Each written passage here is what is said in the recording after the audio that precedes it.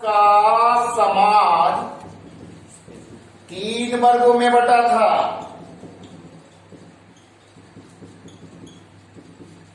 जिसे 3 स्टेट्स कहा जाता है। 3 स्टेट्स यानी वर्ग। पहले वर्ग में कुलीन और पादरी, दूसरे वर्ग में मध्यम वर्ग और तीसरा वर्ग किसानों और मजदूरों का था। इन दोनों वर्गों का पूरे जनसंख्या में 10% लोग थे, जबकि 90% जनसंख्या किसानों और मजदूरों का था। कुलीन और पादरी जो प्रथम वर्ग में आते थे, इन्हें बाय बर्थ यानी जन्म से ही विशेष अधिकार दिया गया था और वे इन अधिकारों का बहुत जगह दुरुपयोग करते देखे गए।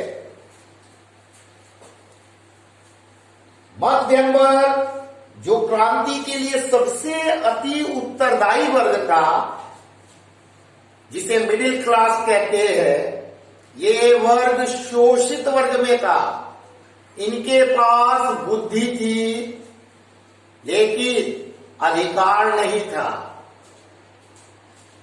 तीसरे वर्ग में किसान और मजदूर थे, जो 90% होने के बावजूद पूर्ण अधिकारों से वंचित थे। फ्रांस में उस समय 2 तरह के कर थे लगाए गए थे, एक टाइथ और दूसरे का नाम तीले। 2 तरह के कर थे जो किसानों और मजदूरों पे लगाए गए थे। ये दोनों वर्ग, किसान और मजदूरों का वर्ग ऐसा था जो कर देने लायक नहीं था, फिर भी कर देने के लिए इसे प्रेरित किया जाता था। और इन किसान मजदूरों को के बीच जब मध्यम वर्ग के कुछ दार्शनिक, जिसका उल्लेख मैंने पहले ही कर दिया है, टाइथ और टीले, ये 2 ऐसे कर थे जो मजदूरों और किसानों को देने पड़ते थे, जो कर देने योग्य नहीं थे। अतः इनके बीच मध्यम वर्ग के दार्शनिकों के आगमन के बाद फ्रांस में सामाजिकता चरम सीमा पर पहुंचा और क्रांति का आवाहन आरंभ हो गया। तीसरे फ्रांसीसी क्रांति के संदर्भ में तीसरा टॉपिक जो है वो है तुम्हारा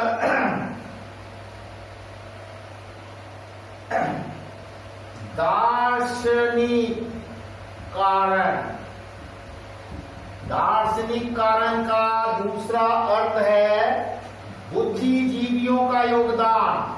बुद्धिजीवियों का योगदान यानी इसको हम पढ़ सकते हैं कॉन्ट्रीब्यूशन ऑफ फिलोसोफर। और कॉन्ट्रीब्यूशन ऑफ फिलोसोफर के बारे में रूसो, मॉन्टेस्क्यू, डिडरो और वोल्टेयर के विचारों को लिखना है। उनके पुस्तकों का नाम लिखना है।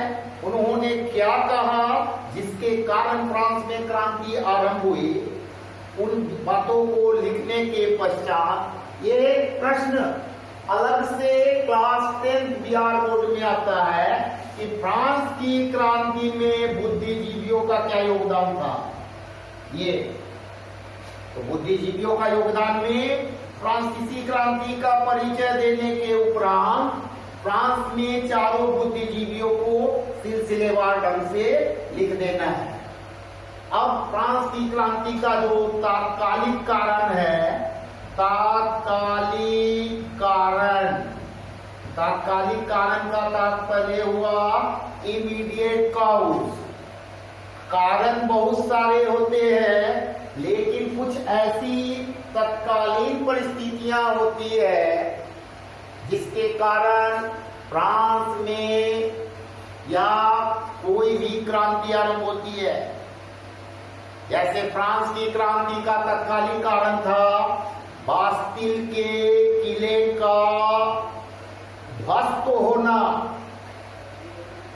उस समय कुछ जनताओं ने, कुछ लोगों ने यह अफवाह फैला दी कि पेरिस के बास्तिल नामक स्थान में लुई 16वां द्वारा कई कैदियों को कारागृह में रखा गया है और वहां उन्हें अमानवीय क्रूरता या पाशविकता के द्वारा प्रयोग किया जा रहा है। अतः मध्यम वर्ग और बुद्धिजीवियों ने बास्तिल के किले को ध्वस्त करने का निर्णय लिया और 14 जुलाई को बास्तिल के किले को ध्वस्त किया और वहां से 7 कैदियों को छुड़ाए।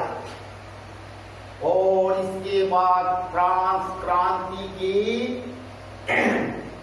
चपेट में चला गया। राजाओं को, कुछ राजाओं विशेष करके लुई 16वां और उनकी पत्नी मेरी एंटोनेट, जो इतिहास में खर्चीली रानी के नाम से जानी जाती है, अपनी जान गंवानी पड़ी और फ्रांस की क्रांति से पूरे विश्व का क्रांति का शुभ आरंभ के संकेत दिखने मिले। फ्रांसीसी क्रांति में चूंकि अब शब्दों की सीमा में प्रश्नों का उत्तर देना होता है, इसलिए इतना क्लास 10 के लिए तीनों कारणों को दर्शाना ठीक है। इसके अलावा आर्थिक कारण को भी दर्शा सकते हैं। आर्थिक कारण में विशेष करके कर को दिखाया जाएगा और कर के अलावे फ्रांस में कैसे पैसा का दुरुपयोग होता था उसके बारे में बताया जाएगा। आर्थिक कारण में लुई 14वां के समय में पेरिस से 40 मील दूर वर्साय का शीश महल तैयार किया गया था, जहां लुई 14वां, उसके बाद लुई 16वां और उसकी पत्नी ऐशो आराम के साथ वहां रह सकती थी या रहती थी। एक और फ्रांस की 90% जनता भूखे मर रही थी और वहां पर फ्रांस पैसों का दुरुपयोग किया जा रहा था।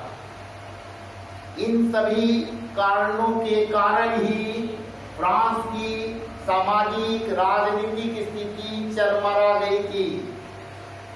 अब इसके बाद जानने योग्य बात है कि फ्रांसीसी क्रांति यूरोप की पहली क्रांति है जिसने अपने पीछे बहुत सारे परिणामों को छोड़ा है।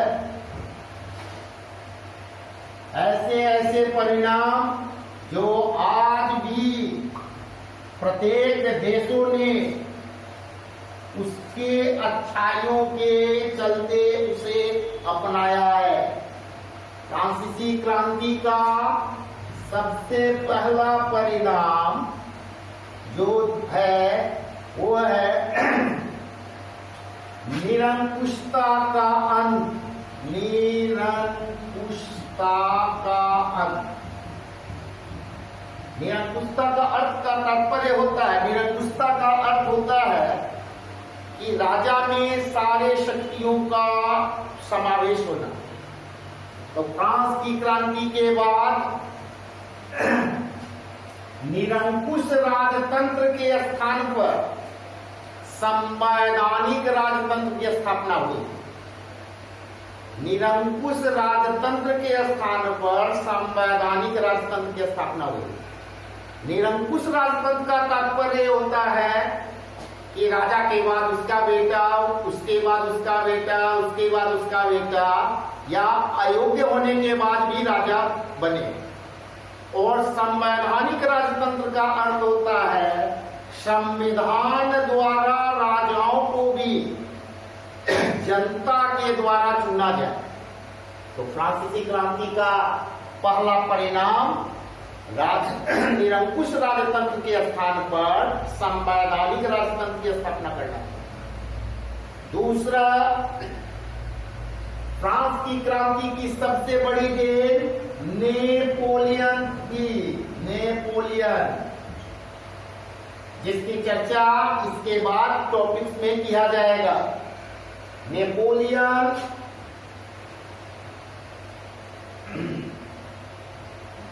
की देन।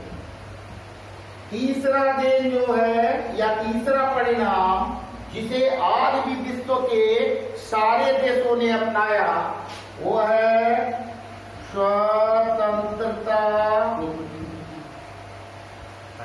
समानता और बंधुत्वता, बंधुत्वता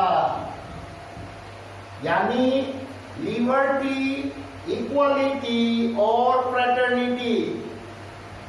ये तीनों विचारधाराएं जो आगे अलग अलग विषय बन गए हैं, जिन्हें पॉलिटिकल साइंस यानी राजनीतिक विज्ञान में पढ़ा जा सकता है, ये सबसे बड़ी देन है। अगर प्रश्नों में पूछा जाए कि फ्रांसीसी क्रांति का सबसे प्रमुख परिणाम क्या हुआ, तो इस परिणाम को लिख सकते हैं स्वतंत्रता, समानता, बंधुत्वता। बंधुत्वता का दूसरा रूप भ्रातृत्वता भी होता है, यानी भाईचारे की भावना। चौथा पॉइंट परिणाम में आपको जो लिखना है वो लिखना है समान कानूनों का उदय।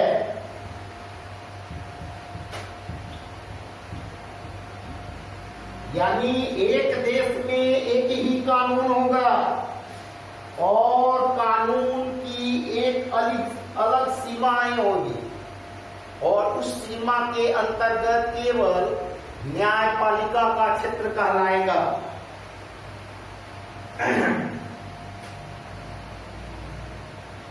चार परिणामों को मैंने उल्लेख किया, जिसमें दूसरा परिणाम को अलग से तैयारी किया जाता है क्योंकि नेपोलियन से अलग प्रश्न पूछा जाएगा।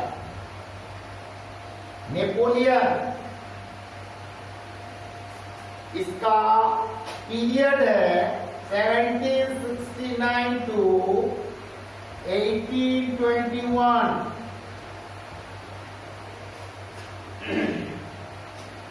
1769 नेपोलियन का जन्म हुआ था कोर्सिका द्वीप में। कोर्सिका द्वीप याद रखने योग्य वस्तु है, जन्म को जरूर जानना है।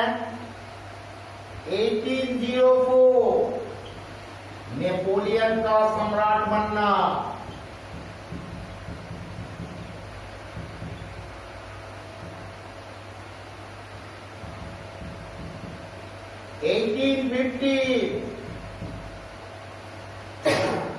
1815 वाटरलू की लड़ाई में नेपोलियन की हार। 1821 नेपोलियन की मृत्यु। ये भी एक द्वीप में हुआ था, सेंट हेलेना।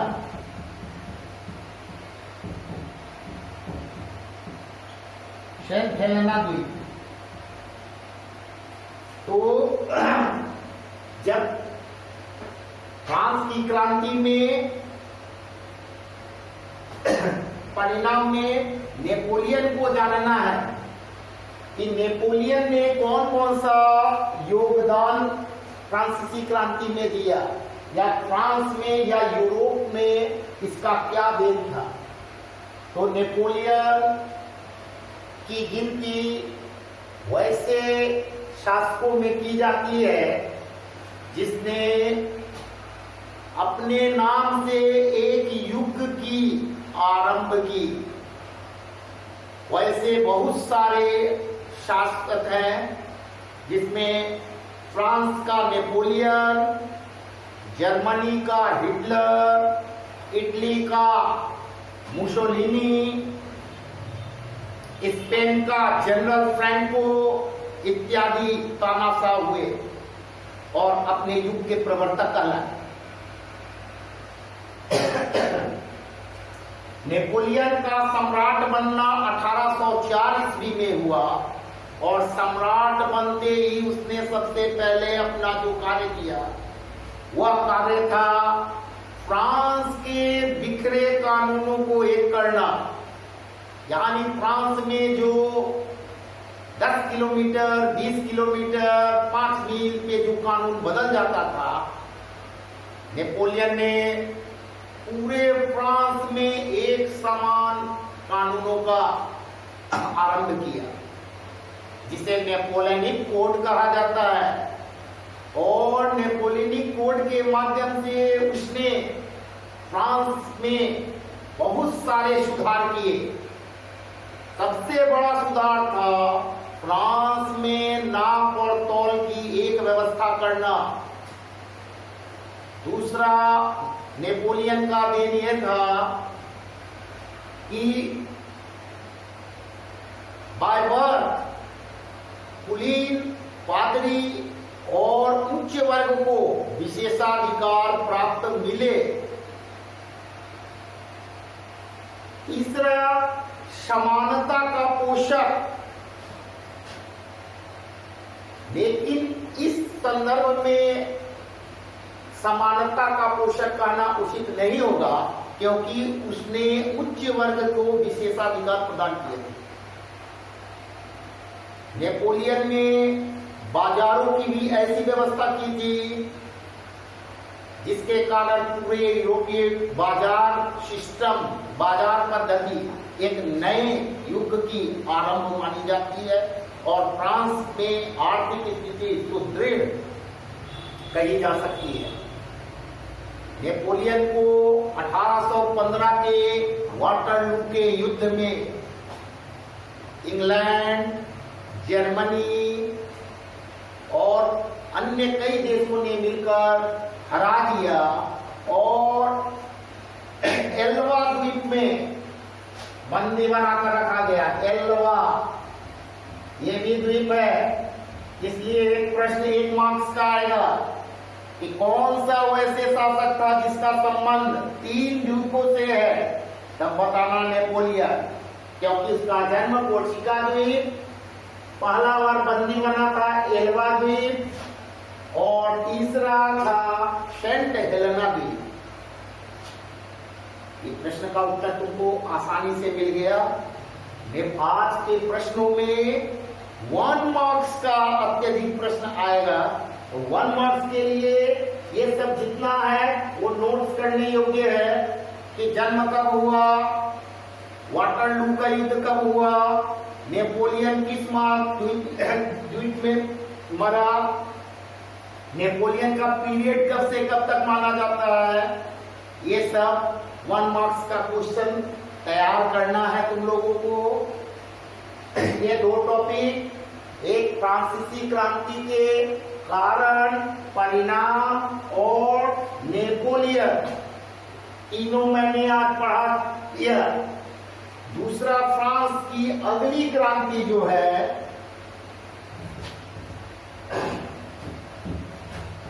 वो है 1830 की क्रांति। फ्रांस को क्रांतियों का देश भी कहा जाता है क्योंकि जितनी भी क्रांतियां हुई सब ने नई नई सीख विश्व के सामने रखी। ये दूसरा टॉपिक यूरोप के राष्ट्रवाद में आपको पढ़ना है, 1830 की क्रांति।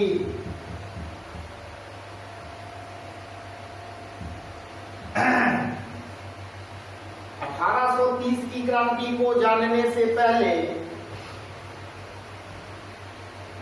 कुछ शासकों के बारे में जानना अति अनिवार्य है। पहला, लुई 16वां के बाद लुई 18वां गद्दी पर बैठा।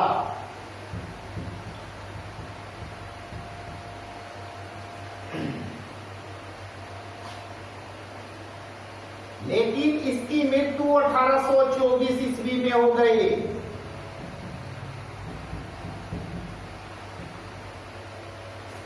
और 1824 में मृत्यु के उपरांत इसका भाई यानी लुई 18वां का भाई चार्ल्स 10 के नाम से गद्दी पर बैठा और इसने अपना प्रधानमंत्री पोलीगनेट को बनाया।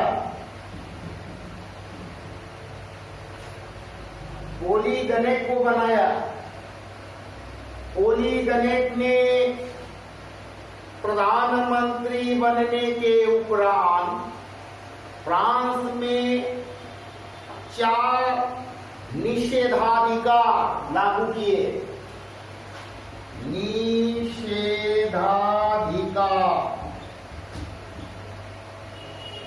यानी ऐसा अधिकार जिसे निषेध किया जा सकता।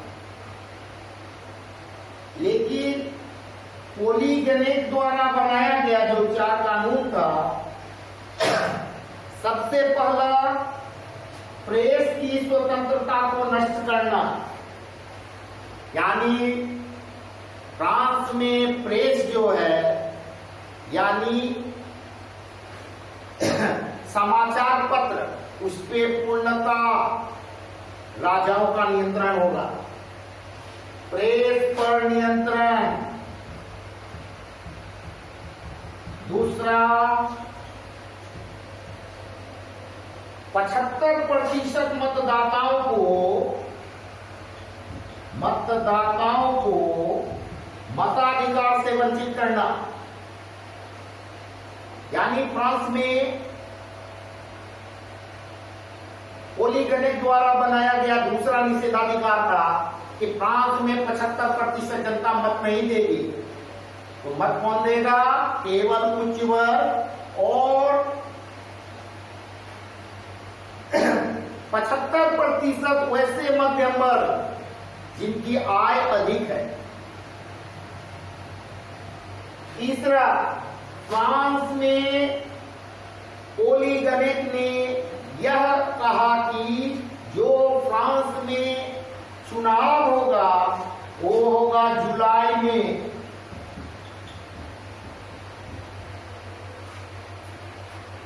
और चौथा, लोगों के अन्य स्वतंत्रता संबंधी कई अधिकारों को छीन लिया गया। इन 4 निषेधाधिकार को लागू कर पोलीगनेट ने कभी नहीं सोचा था कि फ्रांस की क्रांति इतनी उग्र होगी।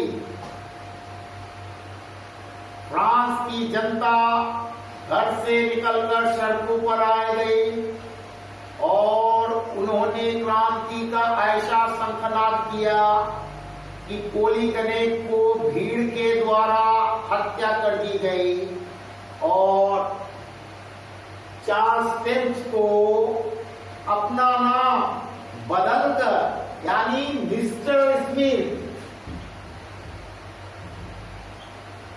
स्मिथ के नाम बदलकर इंग्लैंड भागना पड़ा। और फ्रांस में फिर से एक बार जो राजाओं का आरंभ या राजाओं का अधिकार के लिए जो प्रश्न उठा था, फिर कुछ समय के लिए शांत हो गया।